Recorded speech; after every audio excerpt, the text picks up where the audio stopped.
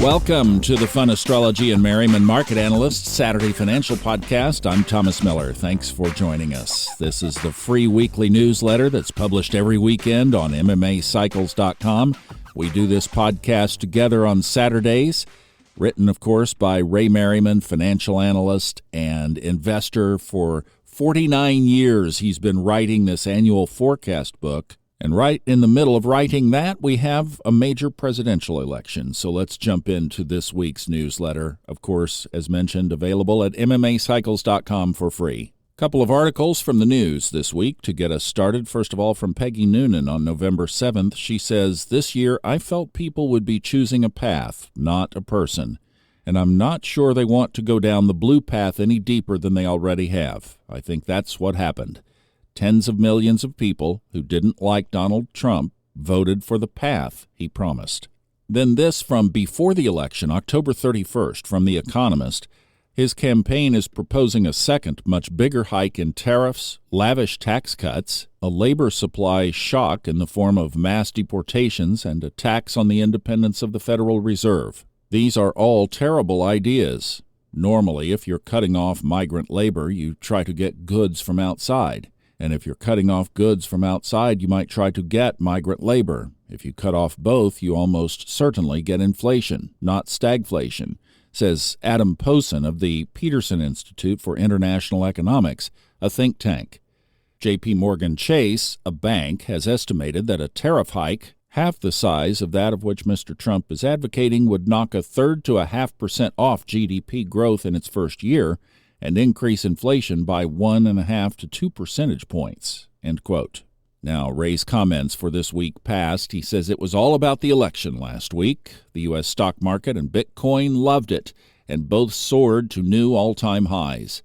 Other world stock markets didn't respond so favorably, which is understandable given Trump's campaign promise of higher tariffs and prospects of another trade war. Precious metals also fell following the election. Gold lost over $100 within 48 hours of the election. Silver dropped briefly below $31 after reaching a multi-year high of over $35 just 2 weeks ago. It was a wild week, but it wasn't as violent as feared, with Mars in opposition to Pluto, which formed a grand square to Joe Biden's natal moon and Kamala Harris's natal Mercury, her ruling planet. More on that in the next section. The election results were also known much more quickly than most expected, perhaps related to the efficient Sun-Saturn trine with the moon in Saturn's ruling sign of Capricorn. Election officials seemed much more prepared and organized than in 2020. And now, the short-term geocosmics. Here's another quote from Daniel Henninger, How the Democrats Lost It, from the November 6th Wall Street Journal. In the election's final weeks, he says, virtually all the opinion polls showed Mr. Trump and Kamala Harris in a statistical tie in the 7 swing states. It was an admittedly striking result, and the question became, are the polls missing something? Indeed, they did. They missed the public's loss of belief that the Democratic Party represents its interests. And then a quote from Twitter from Kathy Rose, astrologer, November 8th, 2024. She said, "I had to mention to some astrologer friends, don't underestimate transiting Jupiter on Trump's Sun node. And all I kept hearing back is that Jupiter in Gemini is in detriment and won't help, won't get him elected." Well, it did. Jupiter energy prevails no matter what the sign, in my humble opinion. Now, Ray's thoughts. For this week, we find some sobering geocosmic signatures arising. First, Venus will leave the expansive and optimistic sign of Sagittarius for the more skeptical and prove-it-to-me sign of Capricorn. Venus, money, and love won't settle for promises now. It wants to see deliverables on those promises. The dynamic is reinforced with Saturn, the ruler of Capricorn, turning direct on November 15th. Saturn stations are powerful level 1 signatures of a market reversal, plus or minus 10 trading days. The potential for a reversal increases more within just 4 trading days when the Sun enters into opposition with Uranus on November 17th. Kathy Rose, who was previously quoted, is an excellent, down-to-earth, practical astrologer. She does her homework and takes consulting very seriously. I pay attention when she makes a forecast. She follows basic modern-day astrological methods of analysis and not the complicated calculations that seem to bog down many astrologers today in trying to make an accurate, coherent prediction.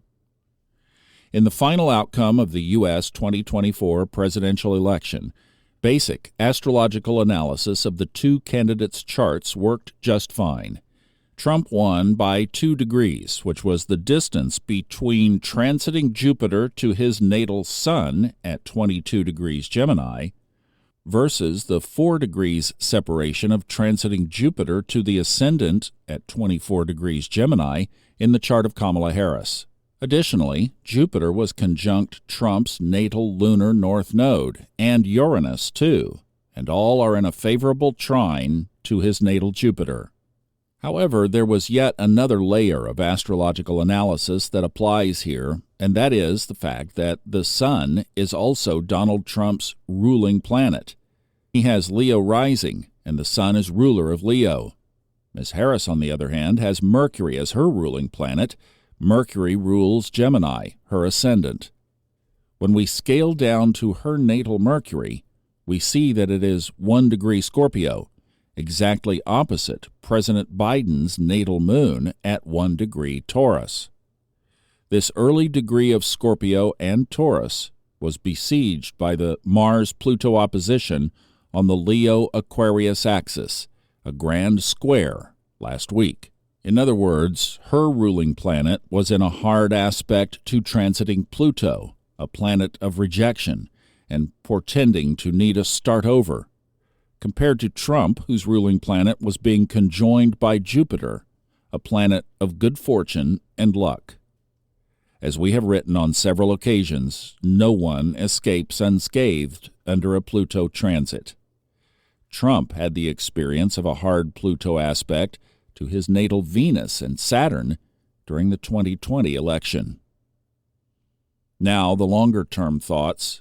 From Tina Turner, 1984, What's Love Got to Do with It?, written by Graham Lyle and Terry Britton. What's love got to do with it? Got to do with it. What's love but a second-hand emotion? What's love got to do with it? Got to do with it. Who needs a heart when a heart can be broken? And from Newsweek, November 8th, Lydia Patrick says, in the wake of Donald Trump's victory, American women are joining the 4B movement and abstaining from romantic relationships with men. Ray's thoughts? Really? Like abstaining from sex is really going to punish men who mostly voted for Donald Trump? Doesn't that actually support the perception that progressives have of Republicans' views on sexual activity? And what does politics have to do with sex? What's love got to do with it? Maybe this relates to Pluto, which is deep sexual intimacy, moving into Aquarius, detachment, the quote-unquote machine. Or maybe society is moving into a deeper mental health crisis, with many unable to cope with reality, as Saturn, reality, moves towards its conjunction with Neptune of romance and illusion in 2025 and 2026. The election results open a new line of thinking. What role does Donald Trump, his visions, and forthcoming policies play in the Aries Vortex era of 2025 to 2028, which is highly addressed in the upcoming Forecast 2025 book and audiobook? Mr. Trump is now the leader of the techno-renaissance, which makes sense given the involvement of his relationship with Elon Musk. He is now the leader in the movement towards a global digitalization of world currencies, given his support of Bitcoin, and his support of creating a strategic fund based on Bitcoin. He wants to make America the leader in space development. He supports Robert Kennedy's drive to transform the Food and Drug Administration and make it more aligned with promoting healthy diets for children and adults alike. These are all consistent with the positive implications of reform-minded Pluto moving into Aquarius and trine Uranus moving into Gemini, with their midpoint conjunct Saturn and Neptune conjoining at 0 degrees Aries, hence the Aries vortex. Trump's election is also consistent with the political cycle of boom and busts, as expressed in several of our webinars this year. That is, all Republican presidents since 1900 have overseen new all-time highs in the U.S. stock market. That cannot be said of Democrat presidents, although several have, but not all.